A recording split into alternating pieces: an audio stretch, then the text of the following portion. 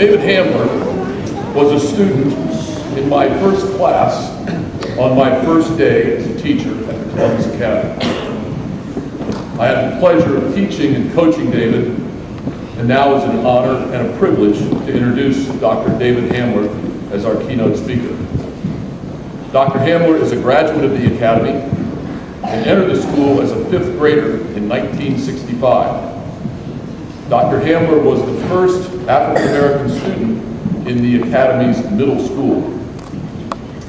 Dr. Hamler was an honor student during his years at the Academy and also excelled in athletics. As a senior, he was elected as captain of the football, basketball, and baseball teams. After graduating from the Academy, Dr. Hamler pursued undergraduate studies at Tufts University, a degree in dentistry at the Howard University, and an MD at the Ohio State University. He has pursued postdoctoral studies at OSU, Mount Carmel Medical Center, and the University of Minnesota. Dr. Hamler's specialty is facial, plastic, and reconstructive surgery. In addition to his teaching and practice of his specialty in Minnesota, Dr. Hamler has also dedicated much of his time to the military. He has served for 24 years and is currently a colonel in the Minnesota Air National Guard and commander of the 133rd Air Wing Medical Group. He has been deployed to Iraq and Afghanistan on numerous occasions, where he performed craniofacial reconstruction on those wounded in the conflicts. Dr. Hamler has also donated his time and expertise on humanitarian missions in Ecuador, Guatemala, Belize, China, and Vietnam, with his emphasis of those missions being cleft lip and palate repair, free tissue transfer, and microtia repair. Dr. Hamler is married with 2 children, a son attending the University of Minnesota, and a daughter in high school.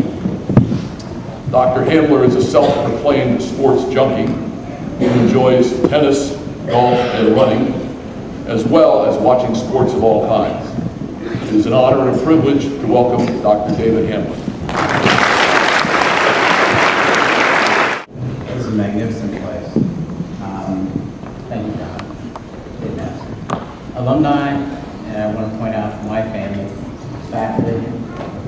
I wouldn't be here today without my father, so I want to just recognize him, Dr. David Hamler Sr., and our friend Laverne is with him. He's taught me everything I know. Just no words can really say what you mean to me, Dad. So thank you. But I'm here today to honor the legacy of the Reverend Dr. Martin Luther King Jr. on this, the weekend of his birth. We've celebrated this day, as mentioned, in the past 25 years. And with each passing, I sometimes worry that the legacy is diminishing somewhat. I'm proud of my sister Dee Dee. As you know, she is my sister, Ms. Hamler.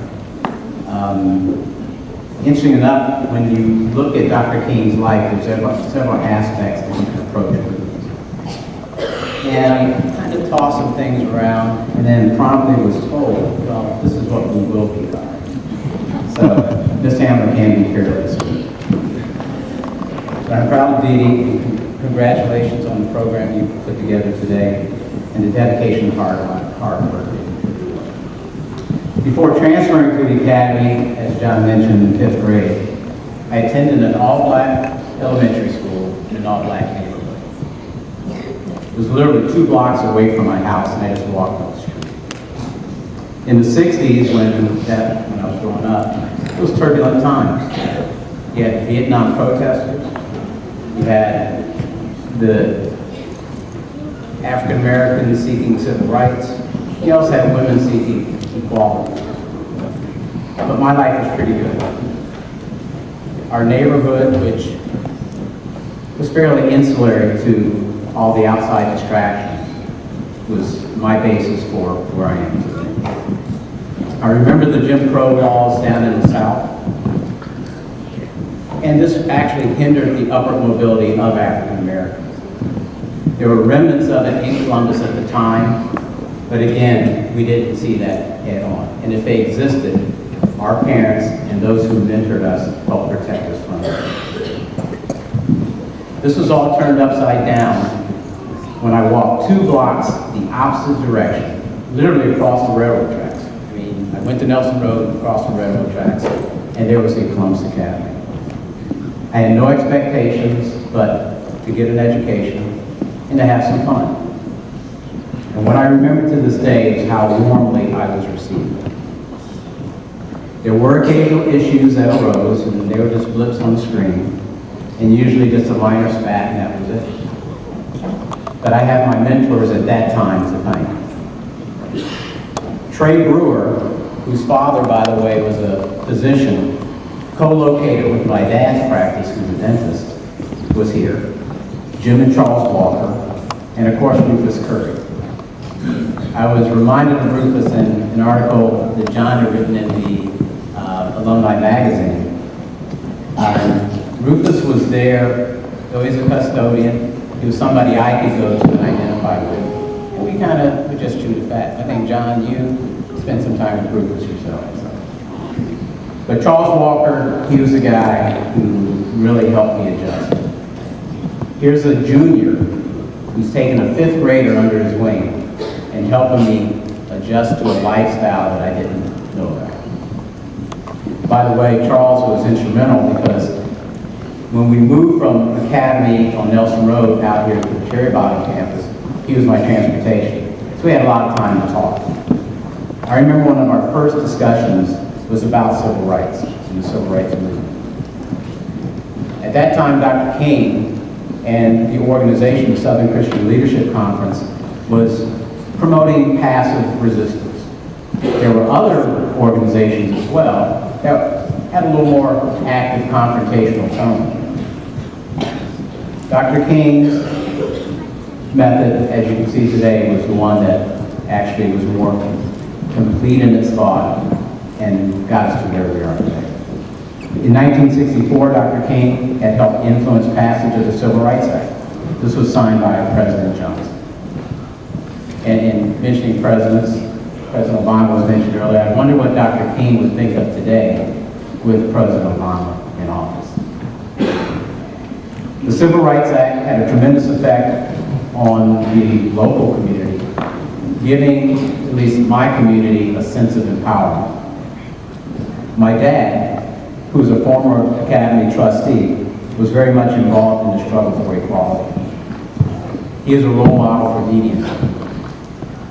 He set the tone to guide us over the actions and reactions to the clamorous debate that was going on at the time. The years after the passage of the bill saw racial tensions rise.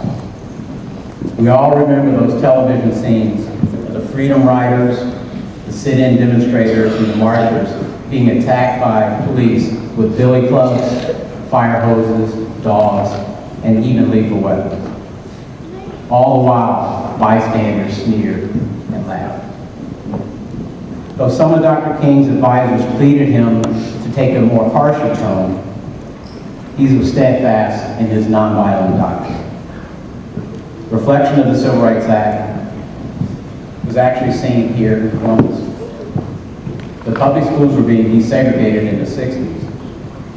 And again, instrumental to that was my dad and Charles Walker's dad, who were both on the school board at the time. So here, you have 2 African-American men with influence in the greater Columbus community who successfully enrolled their sons here as some of the first African-Americans at the Academy. My memories of the Academy during those years were somewhat utopian. The discussions around our dining room table were a little more lively than what they were here at Academy. In a sense, the few African Americans at Academy were not openly fighting for equality. We were not subject to discriminatory practices, and we weren't openly arguing against oppressive doctrine. That all changed in 1968 with Dr. King's assassination. One of my friends at the time, Maddie Frank, he's one of my best friends, wanted to spend the week, come over, sleep over. And this was the weekend after the assassination.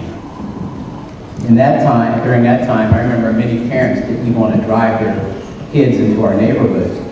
So Maddie, we literally walked down the street from the Nelson Road School, ventured into then Franklin Park, Mount Vernon Avenue, Long Street, in a fairly rambunctious crowd.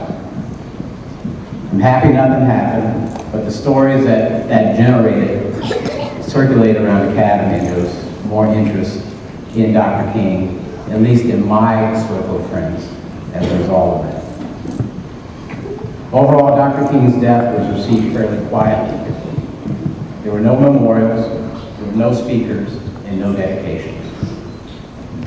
Charles and I would sometimes reflect on that and say, again, in our households we have one discussion, and then we come to Academy, we had no discussion. The following year saw an increase in the number of African Americans who attended the Academy. What formula that was utilized to bring that about, I'm not sure. Was it the Civil Rights Movement itself? Was it Dr. King's death? Or simply just the right thing to do? I can tell you it was a welcome change. Physiologically, humans seek comfort with associations with people who they're familiar with, people from similar backgrounds. We want respect and mutual gratification. This is especially true in times of stress.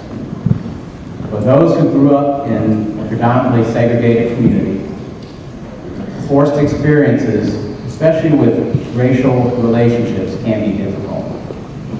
Psychologists would say, be yourself. Bear no false airs. That's usually easier said than done. Jumping ahead to today, I worry that the Gen Yers and the millennials will not benefit from history and the past lessons learned. Specifically, the teachings of Dr. King to confront racism head-on through participatory debate and disciplined action. Some will ask, do we even need to continue the social engineering that was initiated by the Civil Rights Movement? From all of my experiences as a medical school educator, physician in the delivery of health care, and as a commander in the military, says yes.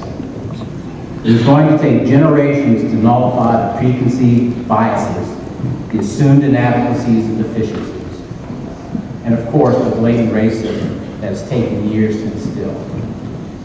We as a society have to raise caution not to give in to the rancor, to cut short the necessary drive toward equal rights for all based on illegitimate qualifiers. These are such as reverse discrimination, playing the race card, and now illegal immigration. I would be the first to agree with Dr. King's oft-quoted description. I paraphrase, to be judged by the content of one's character. But context is important. One's character necessitates development through equal access, equal opportunity, and equal resources. Therefore, in summation, I challenge our Columbus Academy to continue what the Board of Trustees decided in the 60s. It is evident in the mission statement as it reads today. We are charged to provide this wonderful opportunity of an academy education to those who otherwise may not have a chance. In the present economy, when it is easy to reset priorities, in this political climate where it's easy to side with the majority, and in this fast-paced life we live, where we barely can keep our students, who are tomorrow's leaders, attention. We need to remember the message Dr. King so eloquently defined. We are all equal in God's eyes. And if we continue to strive toward that goal, we will be better persons. We'll be better students, better teachers, a better school, a better community, a better city, a better state, and a better country and a better world. Thank you for having me here today. I appreciate coming back. This is my home. Congratulations on over 100 years of existence, and quest for the best still rings true. Thank you.